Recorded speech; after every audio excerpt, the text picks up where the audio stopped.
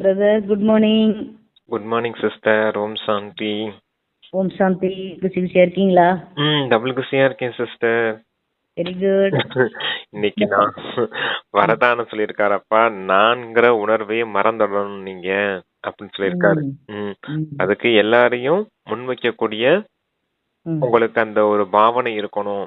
எல்லாரையும் தங்களுக்கு தாங்கள் நீங்க தான் அப்படி முன்னாடி இருக்கணும் அப்படின்னு சொல்லி முன்னாடி வைக்கணும். எல்லாரையும் நீங்க எப்பவும் பின்னாடி இருக்கணும் அப்படின்னா தான் நான்கிற உணர்வு உங்களால முடிக்க முடியும் அப்படின்னு சொல்லியிருந்தார். சூப்பரா இருந்துச்சு சிஸ்டர். சரி, நீங்க வாசிங்க எனக்கு முன்னிய. Okay brother. 2/1/2025 காலை முரளி பாப்தாதா மதுபன். ஓம் சாந்தி. இனிமையான குழந்தைகளே, தந்தையின் பாகம் மிகச் சரியானது. அவர் தனக்குரிய நேரத்தில் வருகின்றார். இதில் சிறிதும் வித்தியாசம் ஏற்பட முடியாது. அவர் வந்ததின் அடையாளமாகிய சிவராத்திரியை மிகவும் விமரிசையாக கொண்டாடுங்கள் அப்படின்னு ஒரு தலைப்பு கொடுத்திருக்காங்க. அருமையான தலைப்பு அப்பா கொடுத்திருக்காங்க. தந்தையின் பாகம் மிகவும் சரியானது. அவர் தனக்குரிய நேரத்துல கரெக்டா வரார் அப்படின்னு சொல்றாரு. இதில் எந்த ஒரு வித்தியாசமும் ஏற்பட முடியாது. தந்தை வர அந்த நேரத்தை தான் சிவ ஜெயந்தி என்று சொல்லி நீங்க விமர்சையா கொண்டாடணும் அப்படின்னு சொல்றாரப்பா. சங்கமயுகத்துல வராரு. அதான் சிவ ஜெயந்தின்னு கொண்டாடணும் அப்படின்னு. சிவராத்திரிக்கு தானே சிவ ஜெயந்தின்னு கொண்டாடுவோம். அத சொல்றாரப்பா. பக்தர்கள் அந்த சமயம் கொண்டாடுவாங்க. அப்ப நம்மளும் கொண்டாடும் போது இவங்க என்ன செய்யறாங்க அப்படின்னு பார்க்க வருவாங்க இல்லையா? அந்த சமயம் தான் ஞான ரத்தினங்களின் கடையை ஓபன் பண்ணி வைக்கணும் அப்படின்னு சொல்றாரு. அப்படின்னா ரத்தினங்களை வாங்க நிறைய பேர் வருவாங்க அப்படின்னு. அப்ப கேள்வி கேக்குறாங்க, எந்த குழந்தைகளின் விகர்மம் முழுமையாக அழிந்து போவது கிடையாது. பதில், யாருடைய யோகா சரியாக இல்லையோ, தந்தையின் நினைவு இருப்பதில்லையோ, அவர்களது விகர்மம் விநாசமாவது கிடையாது. யோகயுக்தாக இல்லாததால் அந்த அளவிற்கு சத்கதி ஏற்படுவது கிடையாது. பாவங்கள்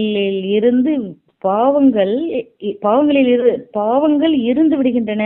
பிறகு பதவியும் குறைந்து விடுகிறது. யோகா இல்லையெனில் பெயர் உருவத்தில் ஈர்க்கப்பட்டு மாட்டிக்கொண்டிருப்பர். அவ்வாறு ஈர்ப்பவர்களது விஷயங்கள் மட்டுமே நினைவிற்கு வந்து கொண்டே இருக்கும். அவர்கள் ஆத்ம அபிமானிகளாக இருக்க முடியாது அப்படின்னு பதில் சொல்லியிருக்காங்க பிரதர். யாருக்கு பாவ கர்மம் அழியாது, நல்லா யோகா செய்யாதவங்க, தந்தை நினைவு செய்யாதவங்களுக்கு அந்த பாவ கர்மங்கள் அழியறது இல்ல. அதனால பதவியும் குறைஞ்சு போயிடுது அப்படின்னு சொல்றாரு. யோக யுக்தா இல்லாம உங்களுக்கு நல்ல நிலை சத்கதி கூட ஏற்பட முடியாது. பாவங்கள் அப்படியே தங்கிடும் அப்படின்னு சொல்றாரு. அதனால தந்தை நல்ல விதத்துல நினைவு செய்யுங்க. இல்லாட்டி பேர் உருவத்துல எதுலயா உள்ள மாட்டிட்டு இருப்பீங்க அப்படின்னு சொல்றாரு. தேகம், தேக உறவுகள், அதான் பெயர் உருவம். அந்த தேகத்தினுடைய பெயர், அவங்களுடைய உருவம், அந்த தேகதாரிகளின் நினைவுலே இருப்பீங்க. அவங்களால ஆத்ம அபிமானியா இருக்க முடியாது அப்படின்னு சொல்றாரு. பாடல் வந்திருக்கு. இன்று அதிகாலையில் யார் வந்தது அப்படின்னு ஒரு பாடல். இன்று அதிகாலையில் அப்பா வந்தார், பாபா வந்தார், ஒரு பாட்டு வந்திருக்கு. ஓம் சாந்தி. அதிகாலை என்பது எத்தனை மணிக்கு ஏற்படுகிறது? பாபா அதிகாலையில் எத்தனை மணிக்கு வருகிறார்? சிலர் 3 மணி என்று கூறினர், சிலர் 4 மணி என்று கூறினர், சிலர் சங்கமத்தில் என்று கூறினர், சிலர் 12 மணி என்று கூறினர். பாபா சரியான நேரத்தை கேட்கின்றார். 12 மணியை நீங்கள் அதிகாலை என்று கூற மாட்டீர்கள். 12 மணி முடிந்து 1 வினாடி ஆகிவிட்டது, 1 நிமிடம் ஆகிவிட்டது எனில் காலை ஆரம்பமாகி விடுகிறது. இது முழுமையான அதிகாலை நேரமாகும். நாடகத்தில் இவரது பாகம் மிகவும் சரியாக இருக்கிறது. வினாடியும் தாமதம் ஏற்பட முடியாது. இந்த நாடகம் ஏற்கனவே உருவாக்கப்பட்டது ஆகும். 12 மணி ஆகி 1 வினாடி ஆகாத வரை காலை என்று கூறுவது கிடையாது. இது எல்லையற்ற விஷயமாகும். நான் அதிகாலையில் வருகிறேன் என்று தந்தை கூறுகின்றார். அயல் நாடுகளில் உள்ளவர்களுக்கு AM PM என்று மிக சரியாக நடக்கிறது. அவர்களது புத்தி நன்றாக இருக்கிறது. அவர்கள் அந்த அளவிற்கு சதோ பிரதானமாகவும் ஆவது கிடையாது, தமோ பிரதானமாகவும் ஆவது கிடையாது. பாரதவாசிகளிடம் 100% சதோ பிரதானமாக, பிறகு 100% தமோ பிரதானமாக ஆகின்றனர். ஆக தந்தை மிகச் சரியாக இருக்கின்றார். அதிகாலை என்றால் 12 மணி ஆகி 1 நிமிடம் வினாடிக்கான கணக்கு பார்ப்பது கிடையாது. வினாடி கடந்து செல்வது தெரிந்து கொள்ள முடிவது, வினாடி கடந்து செல்வது தெரிந்து கொள்ள முடிவது கிடையாது. இப்பொழுது இந்த விஷயங்களை குழந்தைகளாக நீங்கள் தான் புரிந்து கொள்கிறீர்கள். உலகம் முற்றிலும் காரிருள் இருக்கிறது. துக்கத்தின் பொழுது அனைத்து பக்தர்களும் தந்தையை நினைவு செய்கின்றனர். பதித்த பாவனனே வாருங்கள். ஆனால் அவர் யார், எப்பொழுது வருகின்றார் என்று எதையும் அறியவில்லை. சொல்லிடுறேன் சிஸ்டர். அந்த அமிர்த வேலை நேரத்தை சொல்லிட்டு இருக்காரு. அதாவது 12 மணி கரெக்டா அதிகாலை நேரம் 12 மணி அப்படின்னு சொல்ல முடியாது. அது தாண்டி 12:01 ஆகும் போதுதான் என்னன்னு சொல்ல முடியும். அது அதிகாலை நேரம்னு சொல்ல முடியும் அப்படின்னு சொல்றாரு. அப்புறம் ஃபாரினர்ஸ் வந்து அவங்களுக்கு கரெக்டா AM PMனு வச்சிருக்காங்க, அதனால அவங்க ஈஸியா புரிஞ்சுக்கிட முடியும் அப்படின்னு சொல்றாரு. ஏன் அப்படின்னா உங்களுடைய புத்தி தமோ பிரதானமாவும் ஆகுறது இல்ல, சத்தோ பிரதானமும் ஆகுறது இல்ல. ஆனா குழந்தைகளாகி உங்களுடைய புத்தி தான் 100% சத்தோ பிரதானமா இருந்துச்சு, இப்ப 100% தமோ பிரதானமா ஆயிடுக்குது அப்படின்னு சொல்றாரு. இப்ப அதிகாலை நேரம்ன்றது 12 மணில இருந்தே ஆரம்பிக்குது தான். ஆனா அந்த வினாடி கடந்து போறது இருக்குது இல்லையா, அதை யாரும் கண்டுபிடிக்க முடியாது. 12:01 ஆகும் போது அது கூட அமிர்த வேலை நேரம் தான் அப்படின்னு சொல்றாரு அப்பா இதுல. மனிதர்களாக இருந்து கொண்டு மிகச் சரியாக எதையும் அறியாமல் இருக்கின்றனர். ஏனெனில் பதித்தமாக தமோ பிரதானமாக இருக்கின்றனர். காமமும் எவ்வளவு தமோ பிரதானமாக இருக்கிறது. இப்பொழுது எல்லையற்ற தந்தை கட்டளையிடுகின்றார், குழந்தைகளே காமத்தை வென்று உலகை வென்றவர்களாக ஆகுங்கள். ஒருவேளை இப்பொழுது தூய்மையாக ஆகவில்லை எனில் விநாசம் ஆகி விடுவீர்கள். நீங்கள் தூய்மையாக ஆவதன் மூலம் அழிவற்ற பதவியை அடைவீர்கள். அதாவது நம்ம அழிஞ்சு போயிடுவோம் சொல்றாரு. காம விகாரத்துல விழுந்தீங்கன்னா நாம விநாசம் ஆயிடுவோம். நீங்க தூய்மையாகும் போதுதான் உங்களுக்கு நல்ல நிலை ஏற்படும். அதான். Okay sister washing. நீங்கள் ராஜயோகம் கற்றுக்கொண்டு இருக்கிறீர்கள் அல்லவா? தூய்மையாக இருங்கள், யோகியாக இருங்கள் என்ற ஸ்லோகனம் எழுதுகிறீர்கள். உண்மையில் ராஜயோகியாக இருங்கள் என்றுதான் எழுத வேண்டும். யோகி என்ற வார்த்தை பொதுவானது. பிரம்மத்திடம் யோகா வைக்கின்றனர், அவர்களும் யோகி ஆகிவிடுகின்றனர். குழந்தைகள் தந்தையிடம் பெண் ஆணிடம் நினைத்தல் யோகா வைக்கின்றனர். அதாவது குழந்தைகள் தந்தையிடம் பெண் ஆணிடம் யோகா வைக்கின்றனர். ஆனால் உங்களுடையது ராஜயோகம் ஆகும். தந்தை ராஜயோகம் கற்பிக்கின்றார், ஆகையால் ராஜயோகம் என்று எழுதுவது சரியானது ஆகும். தூய்மையாக மற்றும் ராஜயோகியாக இருங்கள். நாளுக்கு நாள் தொடர்பு ஏற்பட்டு கொண்டே இருக்கிறது. இன்று உங்களுக்கு மிக ஆழமான விஷயங்களை கூறுகிறேன் என்று தந்தையும் கூறுகின்றார். இப்பொழுது சிவஜெயந்தியும் வரவிருக்கிறது. சிவஜெயந்தியை நீங்கள் மிகவும் நல்ல முறையில் கொண்டாட வேண்டும். சிவஜெயந்தியை முன்னிட்டு மிக நல்ல முறையில் சேவை செய்ய வேண்டும். யாரிடத்தில் கண்காட்சி படங்கள் உள்ளனவோ அனைவரும் அவர்களது சென்டரில் மற்றும் வீட்டில் சிவஜெயந்தியை நல்ல முறையில் கொண்டாடுங்கள். மற்றும் கீதை ஞானம் கொடுக்கும் வள்ளலாகிய தந்தை சிவபாபாவிடமிருந்து எல்லையற்ற ஆஸ்தி அடைவதற்கான வழியை வந்து கற்றுக்கொள்ளுங்கள் என்று எழுதுங்கள். விளக்குகள் பலவற்றை எரிய விடுங்கள். வீட்டுக்கு வீடு சிவஜெயந்தி கொண்டாட வேண்டும். நீங்கள் ஞான கங்கைகள் அல்லவா? ஆக ஒவ்வொருவரிடமும் கீதா பாடசாலை இருக்க வேண்டும். வீடு கீதை படிக்கின்றனர் அல்லவா? ஆண்களை காட்டிலும் பெண்கள் பக்தியில் தீவிரமாக இருப்பர். கீதை படிக்கக்கூடிய குடும்பங்களும் உள்ளன. ஆக வீட்டிலும் சித்திரங்கள் வைத்துக் கொள்ள வேண்டும். ஓகே, சொல்லிடல சிஸ்டர். அந்த ராஜயோகி அதுக்கு சொன்னாரப்பா. எப்பவுமே அப்பா ஒரே வரதானம் ரொம்ப முக்கியமான வரதானம்னு சொல்லுவார். ஒன்னு தூய்மையாகுங்க, யோகி ஆகுங்க அப்படிங்கிறது தான். ஆனா தூய்மையாகுங்க, யோகி ஆகுங்க கிடையாது, ராஜ யோகி ஆகுங்க அப்படின்னு தான் எழுதணும் அப்படின்னு சொல்றாரு இப்ப. சரி, ஓகே. அதுல வந்து ஆண்கள் பெண்களை நினைச்சிட்டு நினைவு செய்யறாங்க. ஆண்கள் பெண்களை நினைவு செய்யறது கூட யோகான்னு சொல்றாரு. காதலன் காதலில் நினைவு செய்யறது, தேகதாரிகள் தேகதாரிகள் நினைவு செய்யறது, சன்னியாசிகள் அந்த பிரம்ம தத்துவத்தை நினைவு செய்யறது கூட யோகான்னு சொல்றாங்க. அப்ப யோகிங்கிற வார்த்தைக்கு அர்த்தம் இப்படிப்பட்டதா இருக்குது. ஆனா உண்மையிலே நீங்க ராஜ யோகிகள், தேக இந்திரியங்களின் எஜமானர்கள், உடலுக்கு எஜமானர்கள், பரமாத்மாவை நினைவு செய்றீங்க. அப்பதான் உங்களை ராஜயோகின்னு சொல்ல முடியும் அப்படின்னு சொல்றாரு. அந்த யோகத்தை பத்தி பேசும்போது அதை சொல்றாரு. ஏன்னா நினைவு செய்யறோம் இல்லையா, அங்கேயும் நினைவு செய்யறாங்க மனிதர்கள். அதே போல நீங்களும் இங்க நினைவு செய்றீங்க, அதனால உங்களுக்கு ராஜயோகிகள் பேர் அப்படின்னு சொல்றாரு. அடுத்து சிவராத்திரியை கொண்டாடணும், சிவஜெயந்தி விமர்சையா கொண்டாடணும் அப்படிங்கிறாரு. அந்த சமயத்துலதான் நீங்க அந்த மியூசியம் சென்டர்ஸ் எல்லாம் ஓபன் பண்றாங்க இல்லையா, நல்ல விதத்துல மண்டபத்துல புக் பண்ணி நல்ல விதத்துல சேவை செய்யணும் சிவஜெயந்தி அப்ப அப்படின்னு சொல்றாரு. அதுல நல்ல வண்ண வண்ண விளக்குகளை வச்சு மற்ற உலகியல் ஆத்மாக்களை கவர்ச்சி பண்ணணும் அப்படின்னு சொல்றாரு. கவர்ந்து இவங்கள நம்ம ஒருவர்த்தையுமே கீதா பாடசாலை இருக்கணும், வீட்டுக்கு வீடு கீதை படிக்கணும். ஆமா, வீட்டுக்கு வீடு கீதா பாடசாலை இருக்கணும். அப்ப பெண்கள் வந்து தீவிரமா இருக்கணும் அப்படின்னு சொல்லி. ஆமா, ஏன்னா வீட்டுக்கு வீடு பகவத்கீதை படிப்பாங்க இல்லையா, பக்தி மார்க்கத்துல. அதே போல எல்லார்கிட்டயும் கீதை இருக்குது. அதே போல நீங்களும் வீட்டுக்கு வீடு பாடசாலை நடத்தணும் அப்படின்னு சொல்றாரு அப்பா. Okay sister. எல்லையற்ற தந்தையிடம் மீண்டும் ஆசையை எடுத்துக்கொள்ளுங்கள் என்று எழுத வேண்டும். இந்த சிவஜெயந்தி விழா அது வீட்டுக்கு வெளியே எப்பவுமே போர்டு வைக்கணும்னு சொல்லுவாரு. தந்தைகிட்ட ஆஸ்தி அடைங்க, மீண்டும் மீண்டும் ஆஸ்தி அடைங்க அப்படின்னு போர்டு வச்சீங்கன்னா அவங்க என்ன ஏதுன்னு கேட்டு உங்ககிட்ட கேட்பாங்க இல்லையா, என்ன போர்டு வச்சிருக்கீங்க, என்ன ஆஸ்தி அடையணும் அப்படின்னு. அப்ப சொல்லிடலாம் இல்லையா இந்த விஷயத்த.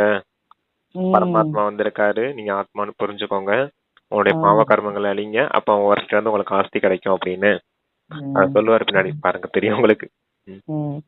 இந்த சிவ ஜெயந்தி விழாதான் உண்மையில் உங்களுக்கு உண்மையான தீபாவளியாகும். எப்பொழுது சிவபாபா வருகின்றாரோ அப்பொழுது வீட்டுக்கு வீடு ஒளிமயமாக ஆகிவிடுகிறது. இந்த விழாவை மிக அதிக விளக்குகளை எரிய விட்டு ஒளிமயமாக்கி கொண்டாடுங்கள். நீங்கள் உண்மையான தீபாவளி கொண்டாடுகிறீர்கள். இறுதி முடிவு சத்தியுகத்தில் தான்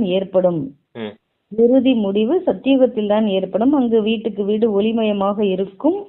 அதாவது ஒவ்வொரு ஆத்மாவின் ஜோதியும் ஏற்றப்பட்டு இருக்கும். இங்கு இருளாக இருக்கிறது. ஆத்மாக்கள் அசுர புத்தி உடையவர்களாக ஆகிவிட்டனர். அங்கு ஆத்மாக்கள் தூய்மையாக இருப்பதால் தெய்வீக புத்தியுடன் இருப்பர். ஆத்மாதான் பத்தீத்தமாகவும் ஆத்மாதான் பாவனமாகவும் ஆகிறது. இப்பொழுது நீங்கள் ஒரு பைசாவிற்கும் உதவாத நிலையில் இருந்து மதிப்பானவர்களாக பவுண்ட் ஆகி கொண்டு இருக்கிறீர்கள். ஆத்மா தூய்மை அடைவதன் மூலம் சரீரமும் தூய்மையானதாக கிடைக்கும். இங்கு ஆத்மா அசுத்தமாக இருப்பதால் சரீரம் மற்றும் உலகம் அசுத்தமாக இருக்கிறது. இந்த விஷயங்களில் உங்களிலும் மிகச் சிலர் மட்டுமே யதார்த்தமாக புரிந்திருக்கிறீர்கள். மேலும் அப்படிப்பட்டவர்களிடத்தில் குஷியும் இருக்கும். வரிசை கிரமமான முயற்சி செய்து கொண்டு இருக்கிறீர்கள். கிரகச்சாரமும் இருக்கிறது. சில நேரங்களில் ராகு திசை அமர்ந்து விடும் பொழுது ஆச்சரியப்பட்டு ஞானத்தை ஏற்று பிறகு வெளியே சென்று விடுகின்றனர். குரு திசை மாறி ராகு திசை ஆகி விடுகிறது. காம விகாரத்தில் சென்று விட்டால் ராகு திசை அமர்ந்து விடும்.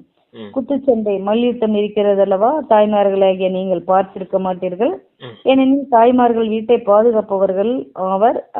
குலவி வீட்டை உருவாக்க கூடியது என்பது இப்பொழுது உங்களுக்கு சொல்லிருங்க. அந்த சிவ ஜெயந்தியை கொண்டாடணும் அப்படின்னு சொல்லியிருந்தாரு. சிவ ஜெயந்தியை இங்க விளக்கு ஏற்றி நல்ல விதத்துல கொண்டாடுங்க. இதனுடைய முடிவு எங்க முடியும் அப்படின்னா சத்தியுகத்துல முடியும் அப்படின்னு சொல்லியிருக்காரு. இங்க விளக்குகள் இங்க ஆத்மா ஞானத்தை கொடுக்கறோம், அதனால விளக்கு ஏற்றுறீங்க. அதனுடைய முடிவு பலன் எங்க ஏற்படும் அப்படின்னா சத்தியுகத்துல ஏற்படும். அங்க எல்லாருக்குள்ளயும் அந்த ஆத்மா ஜோதி, எல்லாரும் ஆத்மா உணர்வு உடையவர்களா ஆயிடுவாங்க. இங்க முயற்சி செஞ்சுட்டு இருக்கீங்க, அங்க முழுமையானவர்களா ஆயிடுவீங்க அப்படின்னு சொல்றாரு.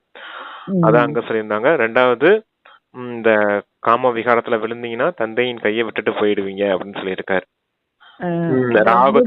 ராகு திசை குரு திசை அமருது அப்படின்னு சொன்னாரு. ராகு திசை எப்படி அமருதுன்னா இந்த காம விகாரத்துல விழும்போது ராகு திசை ஏற்படுது. அப்ப தந்தையின் கையை விட்டுட்டு போயிடுறீங்க. குரு திசைங்கிறது தந்தைக்கு அருகாமையில இருக்குது, அதான் குரு திசைன்னு சொல்றது. குருவின் பார்வையில இருக்குது. அதாவது குரு சொல்றதுபடி நம்ம நடக்கிறது, சத்குரு சொல்றதுபடி நம்ம நடக்கிறது தான் குரு திசைன்னு சொல்லுவாரு. ராகு திசைங்கிறது கெடுக்கக்கூடியது, வழி கெடுக்கக்கூடியது ராகு. அதனால அப்ப அப்படி சொல்றாரு, வழி கெடுத்துரும் இந்த காம விகாரம் அப்படின்னு சொல்றாரு. அடுத்து சரி, நீங்க குழந்தைய வாசிங்க. குத்துச்சண்டை மல்யுத்தம் இருக்கிறது அல்லவா? தாய்மார்களாக நீங்கள் பார்த்திருக்க மாட்டீர்கள். ஏனெனில் தாய்மார்கள் வீட்டை பாதுகாப்பவர்கள் ஆவார்கள். குலவி வீட்டை உருவாக்கக்கூடியது என்பது இப்பொழுது உங்களுக்கு தெரியும். வீட்டை உருவாக்கக்கூடிய மிக நல்ல கலைஞனாக இருக்கிறது. அதனால்தான் வீட்டை பாதுகாக்கக்கூடியது என்ற பெயர் இருக்கிறது. எவ்வளவு முயற்சி செய்கிறது, அதுவும் உறுதியான மேஸ்திரி. 2-3 அறைகள் உருவாக்குகிறது, 3-4 புழுக்களை எடுத்து வருகிறது. அதே போன்று நீங்களும் பிராமணிகளாக இருக்கிறீர்கள். 1-2 பேரை உருவாக்கினாலும் 10-12 பேரை உருவாக்கினாலும் 100 பேரை உருவாக்கினாலும் 500 பேரை உருவாக்கினாலும் சரியே. மண்டபம் கட்டுகிறீர்கள், ஏனெனில் இதுவும் வீடு கட்டுவது போன்று ஆகிவிடுகிறது அல்லவா? இதில் அமர்ந்து கொண்டு அனைவருக்கும் பூம் பூம் என்று ஞானம் கூறுகிறீர்கள். பிறகு சிலர் புரிந்து கொண்டு புழுவில் இருந்து பிராமணர்களாக ஆகின்றனர், சிலர் அழுகி விடுகின்றனர். அதாவது இந்த தர்மத்தை சார்ந்தவர்களாக இல்லை. இந்த தர்மத்தை சார்ந்தவர்களுக்குத்தான் முழுமையான முறையில் ஏற்படும் பதியும்னு சொல்றாரு. இருப்பினும் நீங்களும் மனிதர்கள் அல்லவா? உங்களது சக்தியானது அவைகளை விட குலவியை விட அதிகமாக இருக்கிறது. 2000 பேர்களுக்கு முன்பும் நீங்கள் சொற்பொழிவு செய்ய முடியும். நாளடைவில் நீங்கள் 4-5 பேர் உள்ள சபைக்கும் செல்வீர்கள். குலவியை உங்களுடன் ஒப்பிடப்படுகிறது. இன்றைய நாட்களில் இதுவரைக்கும் சொல்லிடுறீங்களா பிரதர்? குலவி என்ன செய்யணும், கூடு கட்டும். கூடு கட்டி அதுவும் 2-3 அறையை உருவாக்கி வைக்கும் அப்படின்னு சொல்றாரு. அந்த ஒவ்வொரு அறையிலையும் ஒவ்வொரு புழுவை வச்சு பூம் பூம் செய்யும். அதே போல நீங்களும் இங்க 2-3 பேரை சூத்திரர்களா இருக்காங்க, புழுக்களா இருக்காங்க, அசுத்தமான இடத்துல இருக்காங்க. அந்த புழுக்களை எல்லாம் நீங்க கூட்டிட்டு வந்து சென்டர்ல வச்சு பூம் பூம் செய்யணும் அப்படின்னு சொல்றாரு. ஞானத்தை சொல்லி அவங்கள உங்களுடைய தர்மத்தினரா மாத்துங்க, சூத்திரன் வந்து பிராமணனா மாத்துங்க, அதான் பிராமணிகளுடைய வேலை அப்படின்னு சொல்றாரு. அந்த புழு எப்படி புழுக்களை எல்லாம் பூம் பூம் செய்து தன்னுடைய இனமா குலவியா மாத்துதோ, அதே போல சூத்திரர்களை எல்லாம் தூக்கிட்டு வந்து நீங்க பிராமணர்களா மாத்துங்க அப்படின்னு சொல்றாரு. ஓகே சிஸ்டர், அது ஒருத்தரை உருவாக்கலாம், 2-3 பேரை உருவாக்கலாம், 100 பேர் 500 பேர் எவ்வளவு பேரனாலும் நீங்க உருவாக்குங்க. நாளைக்கு நீங்க 2000 பேருக்கு முன்னாடி கூட சேவை செய்யறதுக்கு, சொற்பொழிவாற்றுறதுக்கு நிமித்தம் ஆவீங்க. 2000 பேர் 3000 பேர் 4000 பேர் 5000 பேர் எவ்வளவு பேர்னாலும் சேவை, அதாவது அந்த அந்த மாதிரி பின்னாடி காலங்கள் இருக்குது அப்படின்னு சொல்ற. அதெல்லாம் இப்ப பாத்துட்டு இருக்கோம் இல்லையா நம்ம. அது அப்பயே சொல்லியிருக்காரப்பா 69க்கு முன்னாடி. குலவியை உங்களுடன் ஒப்பிடப்படுகிறது. இன்றைய நாட்களில் சன்னியாசிகளும் வெளிநாடுகளுக்கு சென்று நாம் பாரதத்தின் பழமையான ராஜயோகத்தை கற்பிக்கிறோம் என்றும் கூறுகின்றனர். இன்றைய நாட்களில் தாய்மார்களும் காவி உடை அணிந்து கொண்டு செல்கின்றனர். அயல் நாட்டினரை ஏமாற்றி விட்டு வருகின்றனர். பாரதத்தின் பழமையான யோகத்தை பாரதத்திற்கு சென்று கற்றுக்கொள்ளுங்கள் என்று அவர்களிடம் கூறுகின்றனர். பாரதத்திற்கு சென்று கற்றுக்கொள்ளுங்கள் என்று நீங்கள் ஒருபொழுதும் கூறுவது கிடையாது. நீங்கள் அயல்நாடுகளுக்கு சென்றால் அங்கேயே அமர்ந்து கொண்டு புரிய வைப்பீர்கள். இந்த ராஜயோகம் நீங்கள் கற்றுக்கொண்டால் உங்களது பிறப்பு சொர்க்கத்தில் ஏற்பட்டுவிடும். இதில் ஆடைகளை மாற்ற வேண்டிய விஷயமே கிடையாது. இங்கேயே தேகத்தின் அனைத்து சம்பந்தங்களையும் மறந்து தன்னை ஆத்மா என்று உணர்ந்து தந்தையை நினைவு செய்யுங்கள். தந்தை தான் விடுவிப்பவராக வழிகாட்டியாக இருக்கின்றார். அனைவரையும் துக்கத்தில் இருந்து விடுவிக்கின்றார். அதாவது ஃபாரினுக்கு போய் இங்க இருந்து பாரதவாசிகள், அதாவது தாய்மார்கள், அதாவது காவி உடை அணிஞ்சிட்டு போறாங்க. இங்க இந்தியாவுக்கு வந்து ராஜயோகத்தை, பழமையான ராஜயோகத்தை வந்து படிச்சுக்கோங்க அப்படின்னு கத்துக்கோங்க அப்படின்னு வந்து சொல்லிட்டு வந்துடுறாங்க. அதாவது ஏமாத்திட்டு வந்துடுறாங்கன்னு சொல்றாங்க. ஏன்னா அவங்க ராஜயோகம்னா என்னன்னே தெரியாது, அவங்க என்னன்னு சொல்லி கொடுப்பாங்க.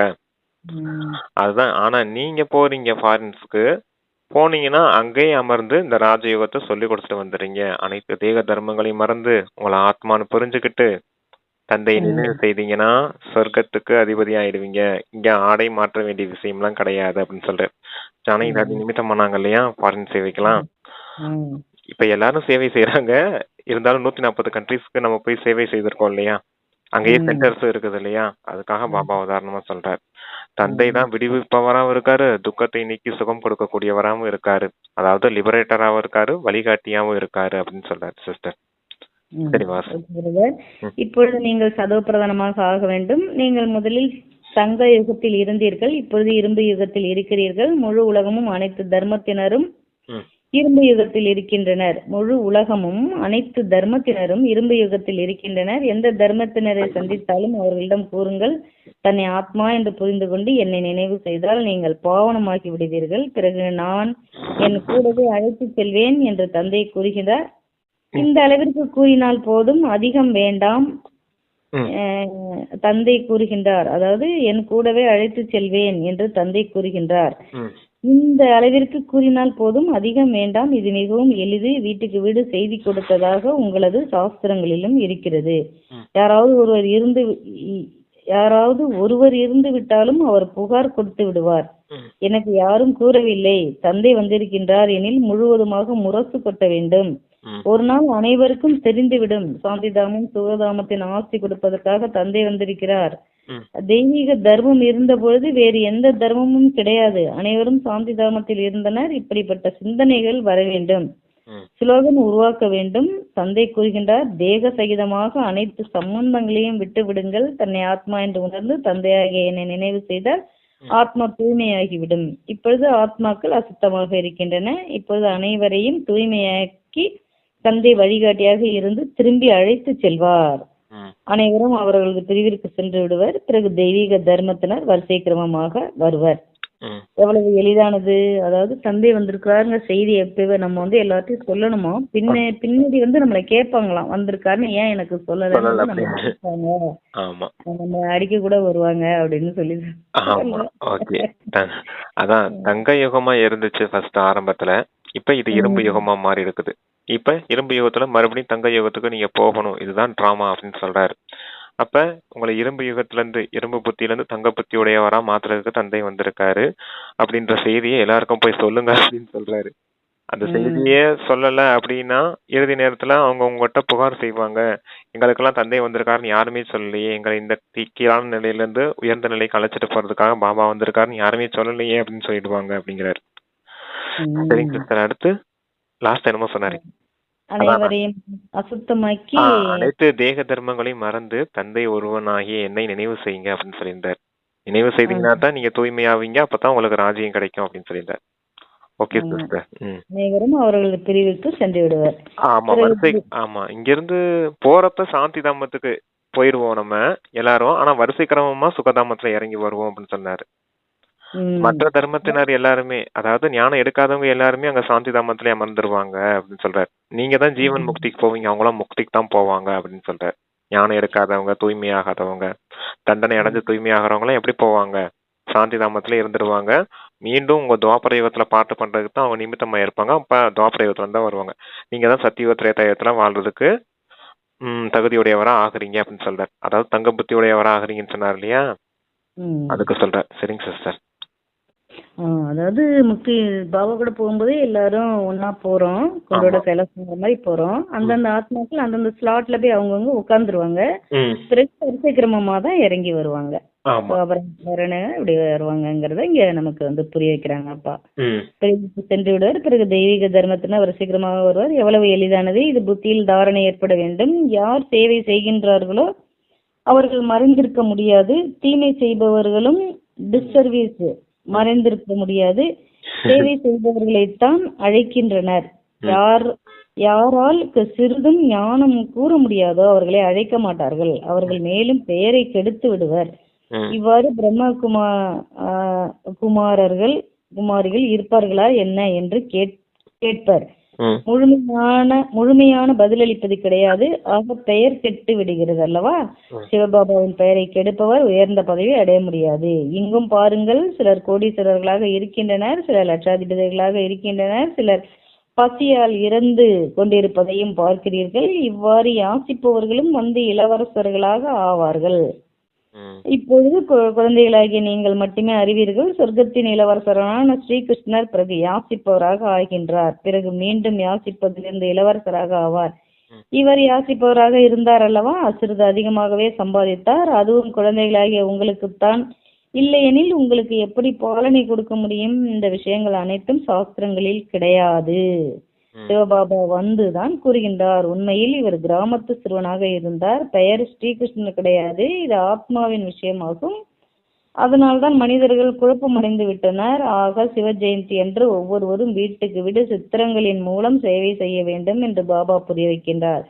எல்லையிட்ட தந்தையிடமிருந்து 21 பிறவிகளுக்கான சொர்க்க ராஜ்யம் வினாடியில் அடைவது எப்படி வந்து புரிந்து கொள்ளுங்கள் என்று எழுதிவிடுங்கள். எவ்வாறு தீபாவளி நேரங்களில் மனிதர்கள் கடைகளை திறந்து அமர்ந்திருப்பார்கள், நீங்களும் அழிவற்ற ஞான ரத்னங்களின் கடையை திறந்து அமர வேண்டும். உங்களது கடை மிகவும் அலங்கரிக்கப்பட்ட கடையாக இருக்க வேண்டும். மனிதர்கள் தீபாவளி என்று திறக்கின்றனர், நீங்கள் சிவ ஜெயந்தி அன்று திறங்கள். சிவபாபா தான் அனைவரின் தீபத்தையும் ஏற்றுகின்றார். உங்களை உலகிற்கு எஜமானர்களாக ஆக்குகின்றார். அவர்கள் லட்சுமியிடம் அழியும் செல்வத்தை கேட்கின்றனர். ஆனால் இங்கு உங்களுக்கு ஜெகதம்பாவிடமிருந்து உலக ராஜ்யம் கிடைக்கிறது. இந்த ரகசியத்தை தந்தை புரிய வைக்கிறார். பாபா இந்த சாஸ்திரங்களையும் எடுத்துக்கொள்வது கிடையாது. Okay sister. சர்வீஸ் டிஸ்சர்வீஸ் ரெண்டுமே பண்றவங்க மறைஞ்சிருக்க முடியாது அப்படிங்கிறாரு. சேவை செய்யறவங்களும் மறைஞ்சிருக்க முடியாது, தீமை செய்யறவங்களும் மறைஞ்சிருக்க முடியாது அப்படிங்கிறாரு. நல்ல விதத்துல ஞானம் சொல்றவங்க போய் தான் ஞானம் சொல்லணும். பாதி அரைகுறையா சொல்லிட்டு வந்தீங்கன்னா அப்ப குமாரிகள் இப்படியுமா இருப்பாங்க அப்படின்னு சொல்லிடுவாங்க. அது டிஸ்சர்வீஸ் ஆயிடும். தந்தைக்கு நிந்தனை செய்யறவங்க, தந்தையின் பேரை கிடக்கக்கூடியவங்க உயர்ந்த பதவி அடைய முடியாது அப்படின்னு சொல்றாரு. அப்புறம் பிரம்ம பாபா கிராமத்து சிறுவனாக இருந்தார். முதல்ல கிருஷ்ணனா இருந்து எஜமானரா இருந்தார் முழு உலகத்துக்கும். அவரே பின்னாடி யாசிக்க கூடியவரா மாட்டார். அதாவது பக்தரா மாறி வேண்டக்கூடியவரா மாறிட்டாரு அப்படின்னு சொல்றாரு. ஓகே, அடுத்து வந்து என்ன சிஸ்டர் சொன்னாரு? அடுத்து உங்க ஞான ஜெகதம்பாட்ட போய் உலக ராஜ்யம் கேக்குறாங்க, லக்ஷ்மி கிட்ட போய் செல்வத்தை அதான் ஞான ரத்தினங்களின் கடையை நீங்க சிவஜெயந்தி அப்ப திறந்து வைக்கணும், அப்பனா தான் ஞான ரத்தினங்களின் வியாபாரம் நடக்கும் அப்படின்னு சொல்றாரு. அதான் அந்த உலகியல், அதாவது லட்சுமி கிட்ட போய் செல்வங்களை மட்டும் கேக்குறாங்க, ஜெகதம்பா கிட்ட வந்து எல்லாத்தையுமே கேக்குறாங்கன்னு போன முறையில சொல்லியிருந்தாரு. இதுல வந்து என்னன்னு சொல்லியிருந்தாரு? லட்சுமி கிட்ட லட்சுமியிடம் அழியின் செல்வத்தை கேட்கின்றனர், இங்கு உங்களுக்கு ஜெகதம்பாவிடமிருந்து உலக ராஜ்யம் கிடைக்கிறது அப்படின்னு சொல்லி. ஆமா, இங்க ஜெகதம்பான்னு சொல்றது வந்து பிரம்ம பாபாவை, மம்மாவை கிடையாது. ஜெகதம்பான்னு சொல்றது இங்க ஏன்னா தாய் இல்லையா பிரம்மா நமக்கு, சிவபாபா தந்தை. இப்ப பிரம்மா பாபா வந்து இங்க ஜெகதம்பா அப்படின்னு சொல்றாரு. இங்க இவர்கிட்ட இருந்து உங்களுக்கு உலக ராஜ்யம் கிடைக்குது அப்படின்னு சொல்றாரு. சரிங்க சிஸ்டர், ஓகே. நான் ஞானம் நிறைந்தவன் அல்லவா என்று தந்தை கூறுகிறார். ஆம், இந்த குழந்தை மிகவும் நன்றாக சேவை செய்கின்றார், அதனால்தான் நினைவு வருகிறது என்பதை அறிவார். மற்றபடி ஒவ்வொருவருக்குள்ளும் இருப்பதை அறிவேன் என்பது கிடையாது. சில நேரங்களில் இவர் பதீத்தமானவர் என்பது தெரிந்து விடுகிறது, வெட்கம் ஏற்படுகிறது, அவர்களது முகம் உற்சாகமற்றதாக ஆகிவிடுகிறது. ஆக பாபாவும் இவரிடம் கேளுங்கள் என்று கூறி அனுப்பி வைக்கின்றார். இதுவும் பாபாவும் இவரிடம் கேளுங்கள் என்று கூறி, அது என்னன்னா விகாரங்களை விழுந்துட்டாங்களா என்ன ஏதுன்னு கேளுங்க, அவங்க முகமே வாடி போயிருக்குது அப்படின்னு குழந்தைங்கிட்ட சொல்லி கேட்க சொல்றாராம். ஏன்னா வெளிப்படையா சொல்றது வெக்கப்படுறாங்க இல்லையா, ஆண் கிட்ட பெண் சொல்றதுக்கு வெக்கப்படுவாங்க, அதனால சொல்ல முடியாம போயிடும் இல்லையா, அதனால சொல்றாராப்பா உங்கள்கிட்ட கேளுங்க. இல்லைன்னா ஆண்கள் கூட அப்படி வெக்கப்படுறவங்களா இருப்பாங்க, சாதாரண பிரதர்ஸ் கேட்கும் போது சொல்லிடுவாங்க இல்லையா விஷயத்த. அப்பா தந்தை அதுக்கேற்ற மாதிரி ஸ்ரீமத் முரளியில கொடுப்பாரு, அப்ப அந்த குழந்தை புரிஞ்சுக்கிடும் அப்படிங்கிறதுக்காக சொல்றாங்க அப்பா. இதுவும் நாடகத்தில் பதிவாகி இருக்கிறது. சிலருக்காக கூறுகின்றார், அதற்காக அனைவருக்கும் கூறுவார் என்பது கிடையாது. இவ்வாறு பலர் முகத்தை கருப்பாக்கி கொள்கின்றனர். யார் வெளியே செய்வார்களோ அவர்கள் தங்களையே நஷ்டப்படுத்திக் கொள்வர். உண்மை கூறுவதால் சிறிது நன்மை ஏற்படும், கூறாவிட்டால் மேலும் நஷ்டப்படுத்திக் கொள்வர். பாபா நம்மை தூய்மையாக்க வந்திருக்கின்றார், ஆனால் நான் என்னை கருப்பான முகமாக்கி கொள்கிறேன் என்பதை புரிந்து கொள்ள வேண்டும். இந்த உலகமே முட்கள் நிறைந்ததாகும், மனித முட்கள் ஆகும். சத்தியுகம் அல்லாவின் பூந்தோட்டம் என்று கூட கூறப்படுகிறது. மேலும் இது காடாகும். அதனால்தான் தந்தை கூறுகின்றார், எப்பொழுதெல்லாம் தர்ம நிந்தனை ஏற்படுகிறதோ அப்பொழுது நான் வருகிறேன். முதல் நம்பர் ஸ்ரீகிருஷ்ணர் கடைசியில் என்ன ஆகிவிடுகிறார் என்பதை பாருங்கள். இப்பொழுது அனைவரும் தமோ பிரதானமாக இருக்கின்றனர், தங்களுக்குள் சண்டையிட்டுக் கொண்டே இருக்கின்றனர். இவை அனைத்தும் நாடகத்தில் இருக்கிறது. பிறகு சொர்க்கத்தில் இவை எதுவும் இருக்காது, கருத்துக்கள் நிறைய இருக்கின்றன. குறிப்பு எடுத்துக்கொள்ள வேண்டும். வக்கீல்கள் கருத்துக்கான புத்தகம் வைத்துக் கொள்கின்றனர், வக்கீல்கள் கருத்துக்கான புத்தகம் வைத்துக் கொள்கின்றனர் அல்லவா, மருத்துவர்களும் புத்தகம் வைத்துக் கொள்கின்றனர், அதை பார்த்து மருந்துகளை கொடுக்கின்றனர். ஆக குழந்தைகள் எவ்வளவு நல்ல முறையில் படிக்க வேண்டும், சேவை செய்ய வேண்டும். பாபா நம்பர் 1 மந்திரம் கொடுத்திருக்கின்றார், மன்மனாபவ. தந்தை மற்றும் ஆஸ்தியை நினைவு செய்தால் சொர்க்கத்திற்கு எஜமானர்களாக ஆகிவிடுவீர்கள். சிவஜெயந்தி கொண்டாடுகின்றனர், ஆனால் சிவபாபா என்ன செய்தார்? அவசியம் சொர்க்க ஆஸ்தி கொடுத்திருக்க வேண்டும்.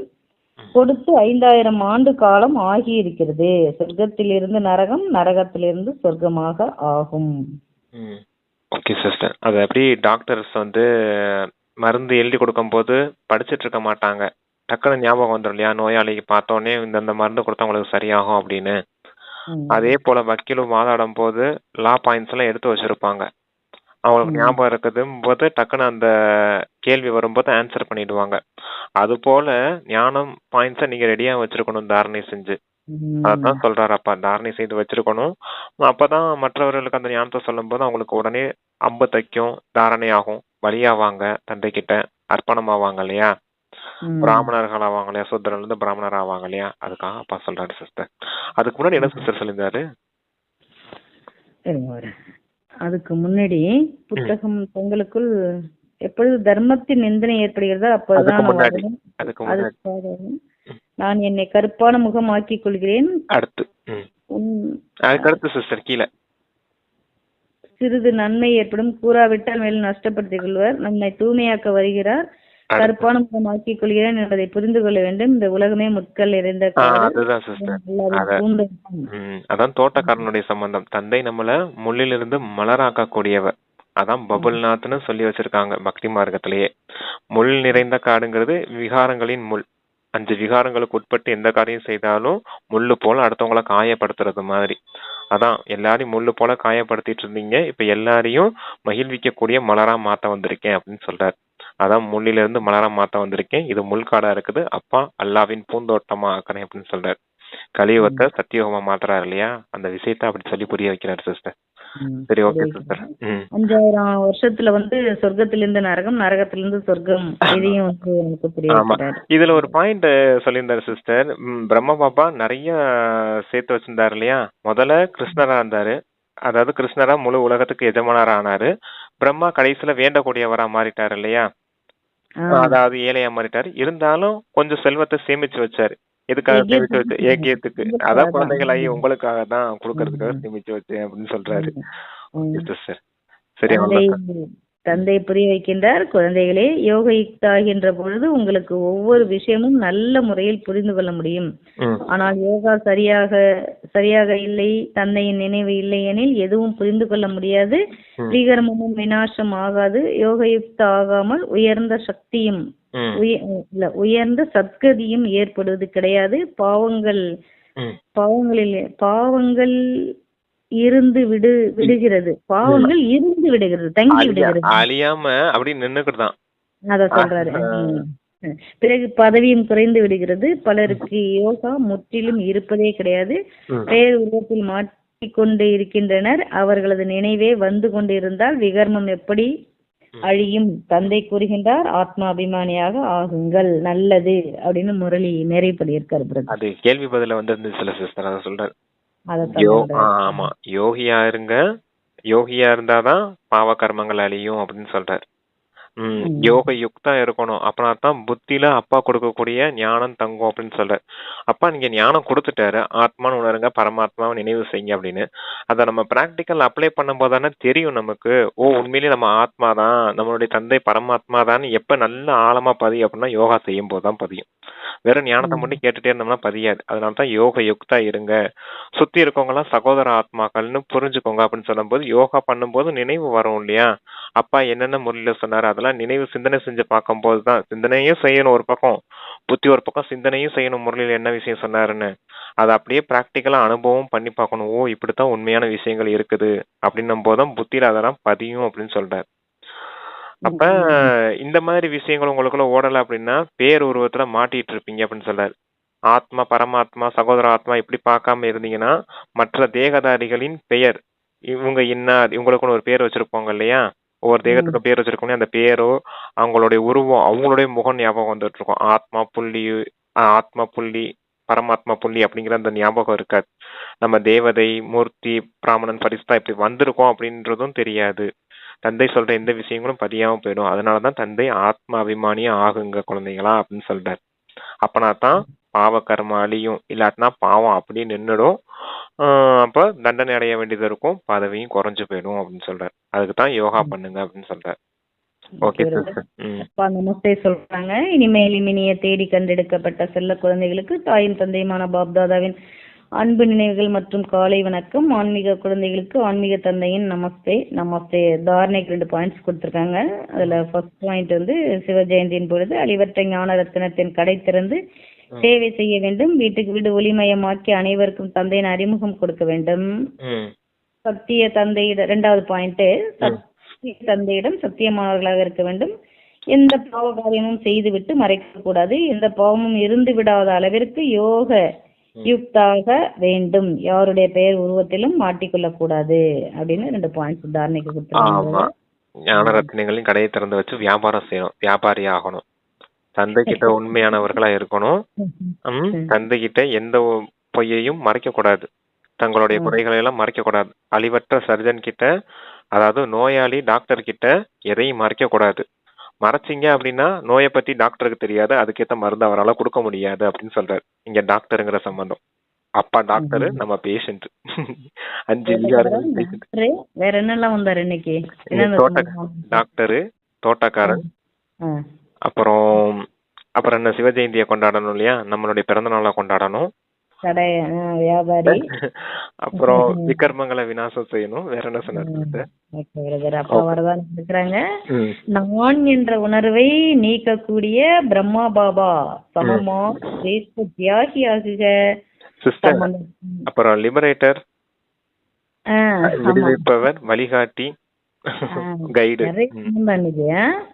அதுல எப்பயும் ஒரு 5 சம்பந்தம் வந்துடும் சிஸ்டர். அந்த சம்பந்தத்தையும் நினைவு செய்து பார்க்கலாம் நம்ம. சரி, அது ஷார்ட்ல போடலாம். தியாகி ஆகுக, அதாவது நான் இந்த உணர்வை நீக்கக்கூடிய பிரம்ம பாபா சமமான தியாகி ஆகுக. சம்பந்தத்தின் தியாகம், வைபவத்தின் தியாகம் என்பது பெரிய விஷயம் அல்ல. ஆனால் ஒவ்வொரு காரியத்திலும் சங்கல்பத்திலும் மற்றவர்களை முன்னே வைக்கும் பாவனையுடையவர் என்றால்தான் என்ற நிலையை என்றால் தான் என்ற நிலையை நீக்கிவிடும். அதாவது ஒவ்வொரு காரியத்திலும் சங்கல்பத்திலும் மற்றவர்களை முன்னே வைக்கும் பாவனை உடையவர் என்றால் தான் என்ற நிலையை நீக்கி விடுவது ஆகும். தானுங்கிறத விட்டுருங்க, தங்கள், தாங்கள், நீங்கள் அப்படின்னு சொல்லுங்க அப்படின்னு சொல்றாரு. முதலில் தாங்கள் இதுவே உயர்ந்த தியாகமாகும். இதுவே தான் என்ற உணர்வை விளக்குவதாகும். எப்படி பிரம்மா பாபா சதா குழந்தைகளை முன்னே வைத்தார், நான் முன்னே இருப்பேன் என்பதிலும் தியாகியாக இருந்தார். நான் முன்னே இருப்பேன் என்பதிலும் கூட ஒரு தியாகியா இருந்தாருங்கிறத நமக்கு புரிய வைக்கிறாரு. இந்த தியாகத்தின் காரணத்தினால் அனைவரை காட்டிலும் முன்னே, அதாவது நம்பர் 1 செல்லும் பலன் கிடைத்தது. எனவே பாபாவை பின்பற்றுங்கள் அப்படின்னு அருமையான வரதானம். நானுங்கிற உணர்வை முடிச்சு காமிச்சாரு பிரம்ம பாபா. அப்ப அவருக்கு சமமா நீங்களும் நானுங்கிற உணர்வை விடணும் அப்படின்னு சொல்றாரு. இதுதான் தியாகத்தின் அடையாளம் அப்படின்னு சொல்றாரு. தியாகி ஆகுங்க, எதை தியாகம் செய்யுங்க, நானுங்கிற உணர்வை மட்டும் தியாகம் செய்யுங்க அப்படின்னு சொல்றாரு. அதாவது சம்பந்தங்கள், அதாவது தேக உறவுகளை, தேகத்தை தியாகம் செய்யறது, இதெல்லாம் மறந்துட்டு ஆத்மான்னு புரிஞ்சுக்கிட்டு சகோதர ஆத்மான்னு பாக்குறதெல்லாம் பெரிய விஷயம் கிடையாது. இந்த உலகியல் பொருட்கள் தான் வைபவங்கள், உலகியல் விஷயங்கள், அந்த கொண்டாட்டங்கள், அதெல்லாம் வைபவம்னு சொல்லுவாரு. இதுல இருந்தெல்லாம் விடுபடுறதெல்லாம் பெரிய விஷயம் கிடையாது. எந்த ஒரு காரியம் செய்தாலும் சங்கல்பத்துல கூட நானுங்கிற உணர்வு வரக்கூடாது, நான் செய்தேங்கிறது வரக்கூடாது, தன்னை முன்னிறுத்தக்கூடாது எப்பவும் அப்படின்னு சொல்றாரு. நீங்க செய்தீங்க, நீங்க முன்னாடி வாங்க, நீங்க முன்னாடி வந்து நில்லுங்க அப்படின்றதுதான் இருக்கணும் அப்படின்னு சொல்றாரு பிரம்மா பாபா. எந்த காரியம் செய்தாலும், இப்ப யாராவது சகோதரிகள் ஞானம் கொடுத்து அவங்கள பத்தி யாராவது மற்றவர்கள் வந்து பிரம்மா பாபா கிட்ட சொல்ல வந்தாலும், எங்களுக்கு நல்ல விதத்துல ஞானம் கொடுத்தாங்க இந்த சகோதரி அப்படின்னு சொன்னா கூட, நீங்க இந்த அளவுக்கு நல்ல சேவை செய்யறீங்க பிரம்ம பாபா புகழ்ந்து பேசிட்டு இருந்தா கூட என்ன சொல்லுவாருன்னா, இந்த புகழ்ல எனக்கு சொந்தம் கிடையாது, இது அவங்களுக்கு தான் சொந்தம்னு அவங்கள கை காமிச்சு விட்டுருவாராம். மம்மாவையும் மற்ற சகோதரிகளை கையை காமிச்சு விட்டுருவாராம். நான் எதுவும் செய்யல, அவங்க எல்லாம் நிமித்தம் மறந்து செய்யறாங்க அப்படின்னு சொல்லிடுவாராம். அது போல மற்றவங்களும் முன் வச்சாரு பிரம்ம பாபா. அதனாலதான் நம்பர் 1 ஆனாரு அப்படின்னு சொல்றாரு. நானுங்கிறத விட்டுருங்க, தாங்கள், நீங்கள் அப்படிங்கறத வச்சுக்கோங்க அப்படின்னு சொல்றாரு. அப்பனா தான் நீங்க முதல் நம்பர்ல போவீங்க அப்படின்னு சொல்றாரு. தான் என்பதை முடிக்கிறது எப்படிங்கிறதுக்கு நமக்கு ஆமா. Okay brother. அப்பா ஸ்லோகன் சொல்றாங்க, மற்றவர்களின் குறையை கண்டுபிடிப்பது கூட துக்கம் கொடுப்பதாகும். மற்றவர்களின் குறையை கண்டுபிடிப்பது அதுக்குன்னு குறை சொல்லக்கூடாதா அப்படின்னு கிடையாது. தவறு செய்தாங்கன்னா சொல்லணும், இப்படி இருக்குதுங்க, இப்படி விஷயம் இருக்குதுன்னு பக்குவமா சொல்லணும், மெச்சூரிட்டியா சொல்லணும். அதை விட்டுட்டு நீ செய்யறதெல்லாம் தப்பு அப்படி இப்படின்னு குறை சொல்லிக்கிட்டு இருக்க கூடாது. எப்ப பார்த்தாலும் குத்தம் கண்டுபிடிச்சிட்டே இருப்பாங்க இல்லையா, அப்படி இருக்கக்கூடாது. அது துக்கம் கொடுக்கக்கூடியது. சிலர் மாறுவதற்கான இவங்க மாறணும் அப்படிங்கிற நல்ல உணர்வோட அவங்க கிட்ட இருக்க தவறுகளை சொல்லி காட்டும் சொல்லும் போது அவங்க திருத்திக்கிறதுக்கான முயற்சியும் செய்வாங்க. ரெண்டும் இருக்குது, அதுல பேலன்ஸ் இருக்குது. அதுக்காக யாருக்கிட்டையும் எதுவும் சொல்லக்கூடாதா அப்படின்னும் கிடையாது. நல்ல விஷயத்த சொல்லுங்க, எப்ப பார்த்தாலும் குறை சொல்லிக்கிட்டே இருக்காதீங்க. ஏன்னா அவங்களும் துக்கம் கொடுக்கக்கூடியதெல்லாம் ஆயிடுவாங்க அப்படின்னு சொல்றாரு. அவங்களும் மனச்சோர்வு அடைஞ்சிருவாங்க, இன்னும் என்ன எப்ப பார்த்தாலும் நம்மள குறை சொல்லிக்கிட்டே இருக்காங்க அப்படின்னு. அதனாலதான் குறை சொல்றது கூட துக்கம் கொடுப்பது போல அப்படின்றாரு அப்பா. கண்டுபிடிப்பது தெரிஞ்சா கூட கண்டும் காணாம போயிருங்க. அதுக்குதான் வார்த்தை சொல்லுவாரு, அஞ்ஞானிகள் கூட நம்ம வந்து கொடுக்கல் வாங்கல் வச்சுக்க கூடாதுங்கிறதே நமக்கு முன்னெச்சரிக்கையா கொடுத்திருக்கிறாங்க அப்பா. இது 2 இடத்துலயும் நம்ம வச்சுக்கலாம். ஐக்கியத்துல உள்ளவங்களையும் பிகாஸ் ஆமா பாபா குழந்தை ஆனவங்களும் ஆக காத்திருக்கவங்களும் 2 இடத்துக்குமே ஏன் நம்ம அப்பா குறை கண்டுபிடிக்க கூடாதுன்னு சொல்றாரு? மனிதர்களின் பாவனையே அதுதான். குறைகள் கண்டுபிடிச்சிட்டே இருப்போம். அதுதான் அப்பா சொல்றாரு. குறைகள் உள்ளவர்கள் தான் மனிதர்கள். குறைகளே இல்லாம இருந்தா அவங்க தேவதைகளா தான் இருப்பாங்க. அப்ப வாழ்றது கலியுகத்துல தான் வாழ்றோம். அப்ப எல்லா மனிதர்களையும் குறை இருக்கதான் செய்யும். அதுக்காக ஒவ்வொருத்தவங்களா கண்டுபிடிச்சிட்டே இருக்காதீங்க. விஷயங்களை புரிஞ்சுக்கோங்க. உங்களுக்கு தான் அப்பா ஞானம் கொடுத்துருக்காரு இல்லையா? இந்த விகாரங்கள் இப்படி ட்ரிகர் ஆகுதுன்னா நம்ம எந்த மாதிரி உங்ககிட்ட நடந்துகிட்டா நம்ம தப்பிக்க முடியும் பாவ கர்மம் செய்யாம, விகாரங்கள் வந்து எப்படி நம்ம தப்பிக்க முடியுங்கிற அந்த யுக்தியெல்லாம் செய்யுங்க அப்படின்னு சொல்றேன். சரிங்க சிஸ்டர், நீங்க வாசிங்க எடுத்து. Okay brother. அதாவது ஜனவரி மாதத்துக்கான அவ்யக்த சமிக்கையே பொதுவான தலைப்பு என்னன்னா, சக்திசாலியான மனதின் மூலம் சக்தி கொடுக்கும் சேவை செய்யுங்கள். அதுதான் தலைப்பு. ஓகே. அந்த தலைப்பை முன் வச்சு ஒவ்வொரு கருத்துக்களை நமக்கு ஒரு நாளும் செய்ய சொல்றாங்க. அப்பா எப்படி, அதாவது ஜனவரி மாதத்துக்கான அவ்யக்த சமிக்கைக்கான தலைப்பு என்னன்னா, தனது சக்திசாலி மனதின் மூலம் சக்தி கொடுக்கும் சேவை செய்யுங்கள். அதுக்கு விளக்கம் இன்னைக்கு விளக்கம் எப்படி கொடுத்திருக்காங்கன்னா, எப்படி உயர்ந்த கோபுரத்திலிருந்து சபாஸ் கொடுக்கிறார்கள், ஒளி சக்தியை பரப்புகிறார்கள், அதுபோல குழந்தைகளாக நீங்களும் உயர்ந்த ஸ்திதி, அதாவது உயர்ந்த இடத்தில் அமர்ந்து குறைந்ததிலும் குறைந்தது 4 மணி நேரம் ஒளி சக்தி, அதாவது லைட் அண்ட் பவர் கொடுங்கள்.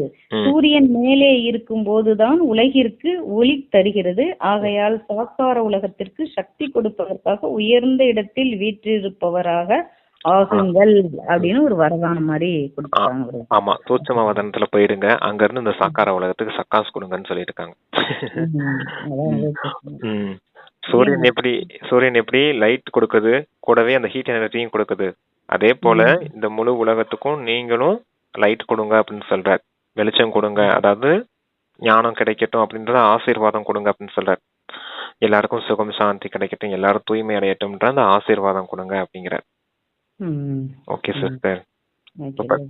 அதாவது இந்த 30 நாளும் இந்த அவ்யக்த சமிக்கை வந்து நம்ம பிரம்ம பாபாட்ட வந்து நினைச்சு நம்ம இந்த அவ்யக்த சமிக்கை பயிற்சி பண்ணணும்னா பிரம்ம பாபா வந்து நமக்கு நம்ம வேண்டுன வரத்தை வந்து கொடுத்துட்டு போயிடுறதா. பிரம்மா பாபா பக்கத்திலேயே போய் அமர்ந்துதான் இதை செய்ய சொல்லவே செய்யறாரு. அங்கதானே சுத்தம் தான் இருக்காரு பிரம்மா பாபா. நம்மளும் அங்க போய் உட்காந்துதான் சேவை செய்யணும். சின்ன முறையில இருந்தாலும் ரொம்ப கரெக்டா கொடுத்துருக்காங்க அப்பா இன்னைக்கு. நன்றி பாபா. ஓம் சாந்தி. சாந்தி. தேங்க்யூ பாப்பா.